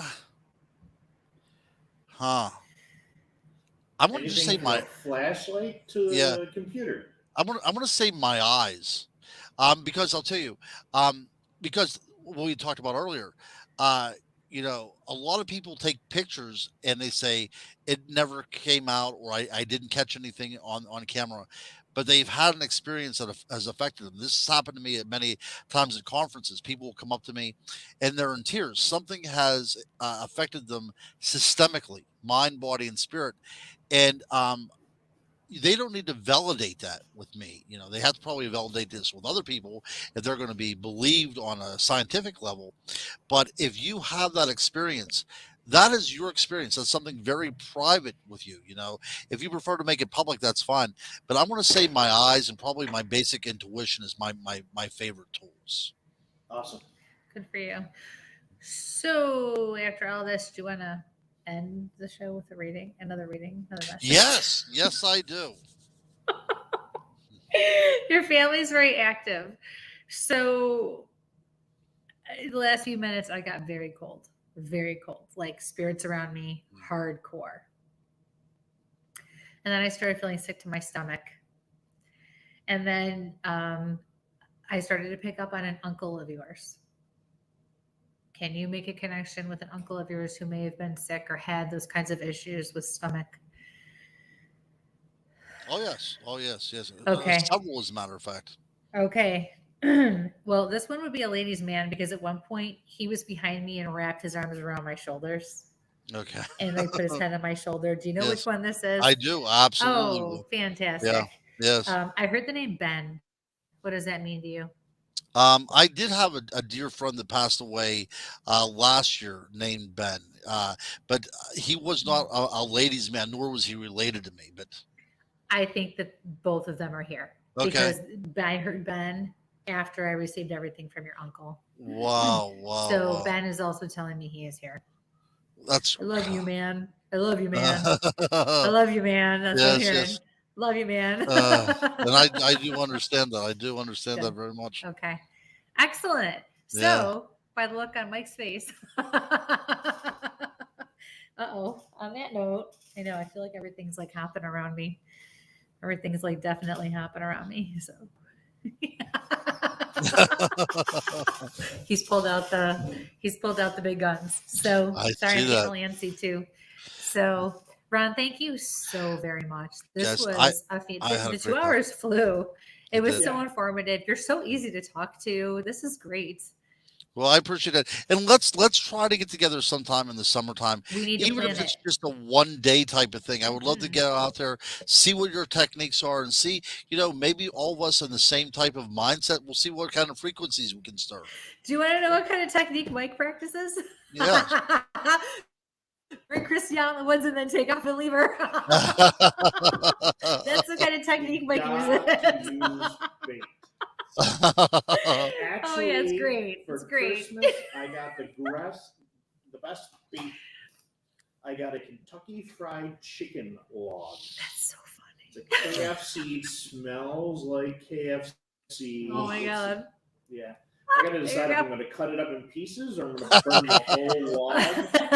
It smells like a giant box. That's so KFC. So if anything, it'll bring bears or cats or Raccoons, Fantastic. or a couple of drunk college kids. I don't That's know. right. That's But, right. you That's know, right. They'll be coming out of the woods in droves. But we should get something. Oh, Yeah. Pick your spot. Yeah. You're 5 hours from us, and Oh, that's a quick Yeah. drive. shoot straight down there. Absolutely. We'll make it happen, guys. I'm looking forward to it. Thank you Yeah. so much for taking the Yeah. time to Thank join you. us tonight. Well, it was so nice meeting you guys up at Hillview, and ever Oh, since I you met too. you, I could not wait to actually sit down and talk with you. And like you said, the 2 hours just flew by. Oh, Yeah, we'll do another night. for Can't sure. wait. Can't wait. Absolutely. There's so many different concepts that are out there. And guys, please take a look You're at frozen. There you Ron's go. books. The links are there. And, you know, you've got a lot of other podcasts, older stuff that's out there. Yeah. Go search, find his stuff. You know, you're speaking where next? I don't know. I am speaking someplace next, though. I'm not sure He's where like, that's yeah, at, no though. idea. No idea. He asked us about us. We've I have no idea. But I definitely am speaking someplace. I'll get back to you on that. Well, where can Yeah, they and check we'll on post it on that? the page. Where can they check on that? Well, on my website that's being developed. So let's see here. Yeah. See, the person that's developing post it. the person that's making my website is her name's Jackie Palmer. She probably should get on a little bit quicker. So I'll just put her name out there so she hurries up a little bit more. Yeah. Yeah. Oh, wow. Okay, on that note. All right. So Yeah.